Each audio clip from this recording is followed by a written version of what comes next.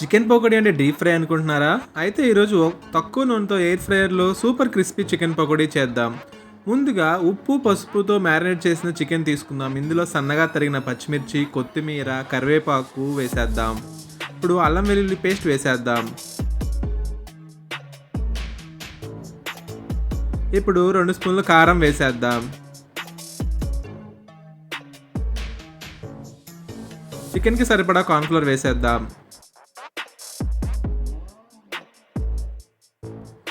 ఇంట్లో తయారు చేసిన గరం మసాలా వేసి బాగా కలుపుకుందాం.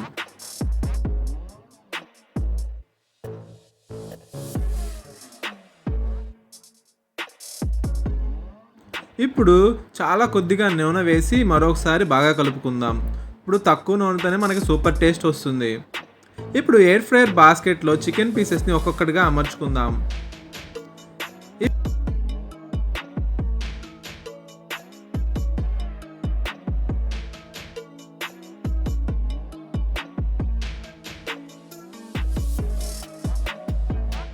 ఇప్పుడు 180 డిగ్రీస్ టెంపరేచర్లో 20 నిమిషాలు కుక్ చేద్దాం.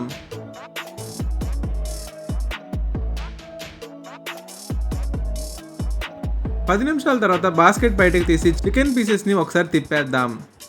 ఇలా చేస్తే అన్ని వైపులో సమంగా క్రిస్పీగా అవుతాయి.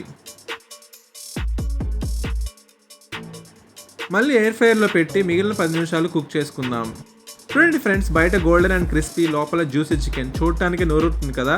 కొద్దిగా ఉల్లిపాయ ముక్కలు, నిమ్మకాయ ముక్కలు పక్కన పెట్టుకొని సర్వ్ చేసుకుని తింటే వావ్!